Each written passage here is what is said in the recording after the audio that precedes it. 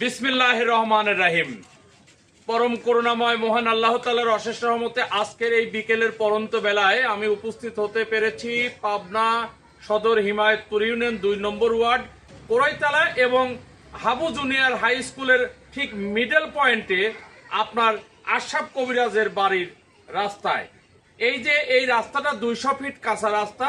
এই রাস্তা দিয়ে এখানকার যারা বংশীয় মানুষ তারা চলাফেরা করে, সেই সাথে আপনার খুদাইরপুর গোরস্থানের যে দক্ষিণ অঞ্চলের যে মাঠ কৃষি আবাদ হয় বা উৎপাদিত ফসল উৎপাদন হয়, সেই মাঠের কৃষকেরা এই রাস্তা দিয়ে এই মাঠে চলাচল করে এবং তাদের ফসলাদি এই রাস্তা দিয়ে মেইন রাস্তা বগামিয়া সড়কে তোলে।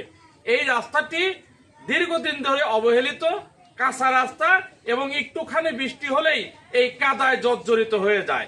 এটা ইউনিয়ন পরিষদ যে সম্মানিত আমাদের চেয়ারম্যান মহোদয় রয়েছেন আলহাজ জাহাঙ্গীর আলম খান সহ এবং স্থানীয় মন্ত্রণালয়ের উপজেলার যে শাখা রয়েছে, এই শাখা থেকে এই রাস্তাটি HBBM অর্থাৎ হেরিমবম যদি হেরিমবমও করে দেয় তাহলে এই এলাকার মানুষ উপকৃত হবে, হাঁটা চলাফেরায় খুবই স্বস্তি বোধ করবে এবং কৃষকেরা তাদের যে উৎপাদিত ফসল সেই ফসলগুলো এই রাস্তা দিয়ে তারা বগামিয়া সড়কে তুলতে পারবে।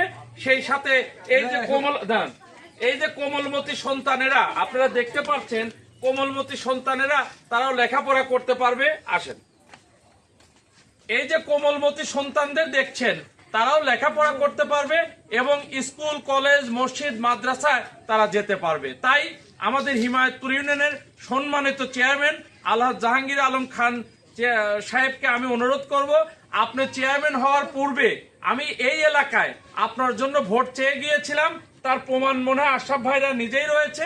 আলহাজ জাহাঙ্গীর আলম খান সাহেব যদি চেয়ারম্যান হয় তাহলে এই রাস্তাটা আমরা করে দেওয়ার ব্যবস্থা করব। তাই আপনার যে দূরদর্শী কার্যক্রম, ভালো কাজ, সেই কাজের সেই অংশ এই রাস্তাটা করে দিয়ে আপনি সবাইকে চিরকৃতজ্ঞ করবেন।